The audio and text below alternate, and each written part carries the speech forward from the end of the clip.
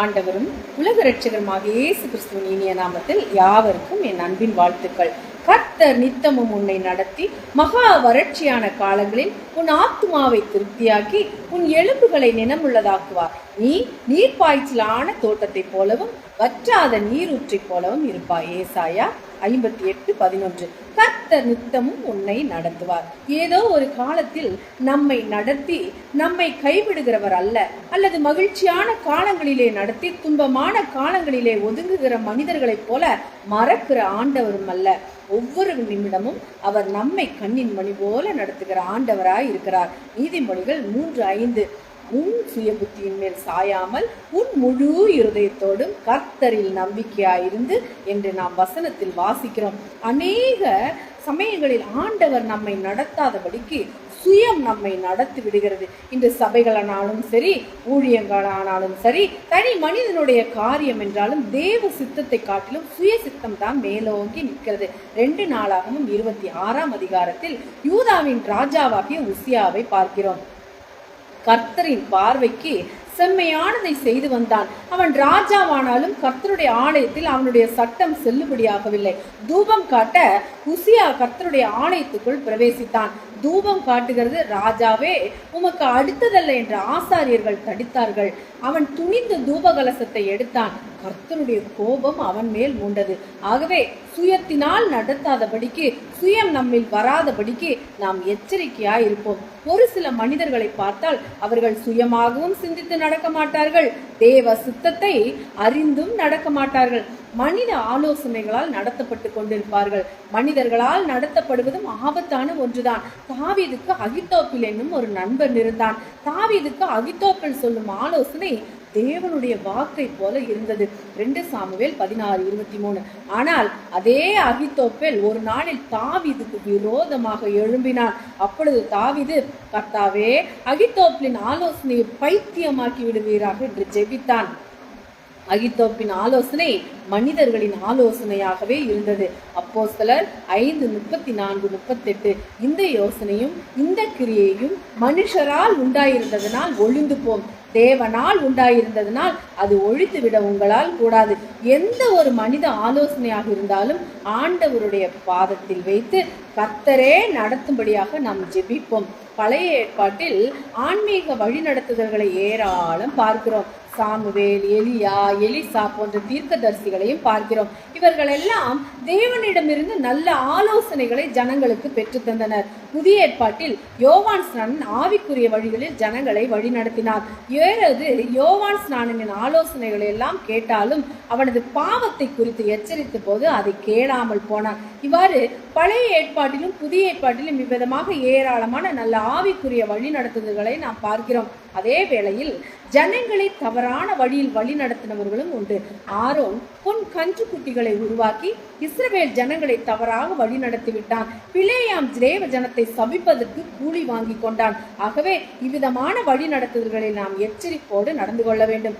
ஆண்டவராகிய இயேசுவும் மத்தேயு 7:5 கள்ள தீர்க்கதரிசிகளுக்கு எச்சரிக்கையாயிருங்கள், அவர்கள் ஆட்டுத்தோலை போர்த்து கொண்டு உங்களிடத்தில் வருவார்கள், உங்களிடத்தில் வரும்போது உள்ளத்திலே அவர்கள் பட்சிக்கிற ஓநாய்கள் என்று போதித்தார்.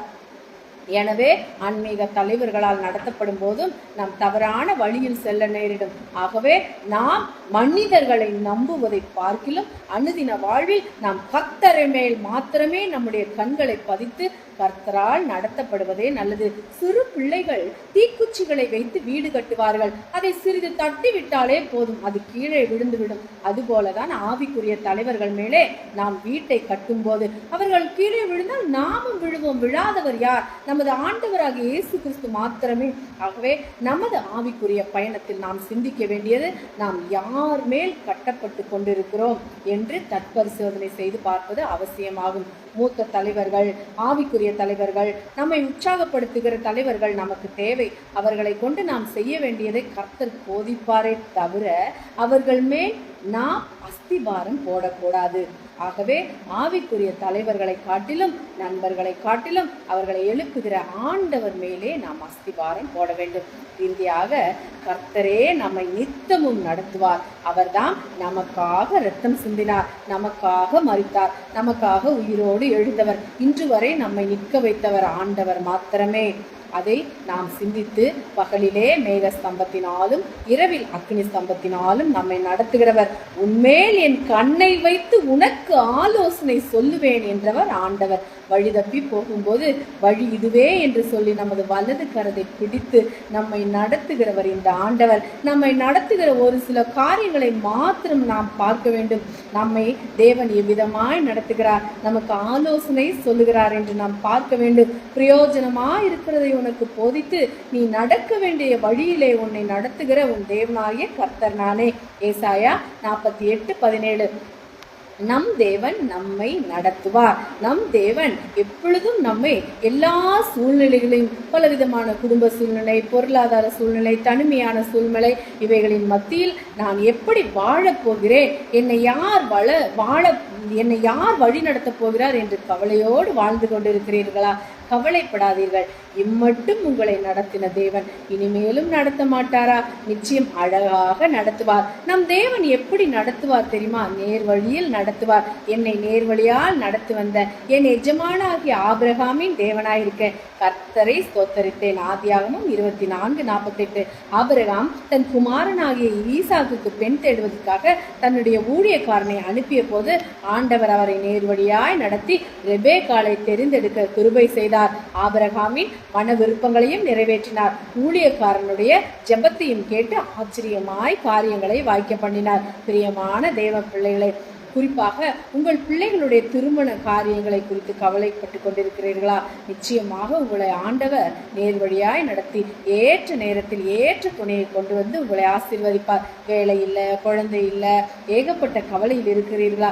நிச்சயமாக தேவன் எல்லாவற்றுக்கும் ஏற்ற நேரம் வைத்திருப்பார். கலங்காதீர்கள். கர்த்தர் நடத்துவார், நித்தமும் நடத்துவார், நித்தமும் நடத்துவார். கர்த்தர் நித்தமும் உன்னை நடத்தி மகா வறட்சியான காலங்களில் உன் ஆத்துமாவை திருப்தியாக்கி உன் எலும்புகளை நினமுள்ளதாக்குவார். நீ நீர் பாய்ச்சலான தோட்டத்தை போலவும் வற்றாத நீரூற்றை போலவும் இருப்பாய். ஏசாயா 58:11.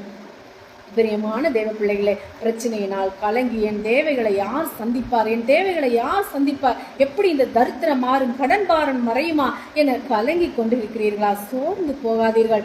கர்த்தர் நித்தமும் உங்களை நடத்துவார். ஒவ்வொரு நாளும் உங்கள் தேவைகளை சந்தித்து வறட்சி வந்தாலும் உங்களை நடத்தி செழிப்பான நாட்களுக்குள் உங்களை கொண்டு வருவார். நீங்கள் நீர்ப்பாய்ச்சலான தோட்டத்தை போல இருப்பீர்கள். அநேகருக்கு ஆசீர்வாதமாய் தேவன் உங்களை மாற்றுவார். கலங்காதீர்கள். கர்த்தர் நடத்துவார், நித்திய வழியில் நடத்துவார். வேதனை உண்டாகும் வழி என்னிடத்தில் உண்டோ என்று பார்த்து நித்திய வழியிலே என்னை நடத்தும். சங்கீதம் 139:24. இந்த உலக வாழ்வு ஒரு நாள் முடிந்து போகும் என்பதை நாம் அனைவரும் அறிந்ததே.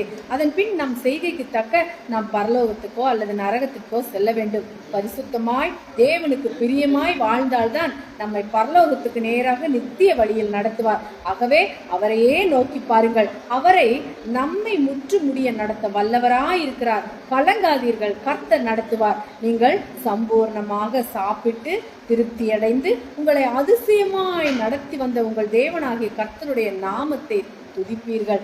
என் ஜனங்கள் ஒருபோதும் வெட்கப்பட்டு போவதில்லை. வெட்கப்படுத்துகிறவர் நம் தேவன் அல்ல.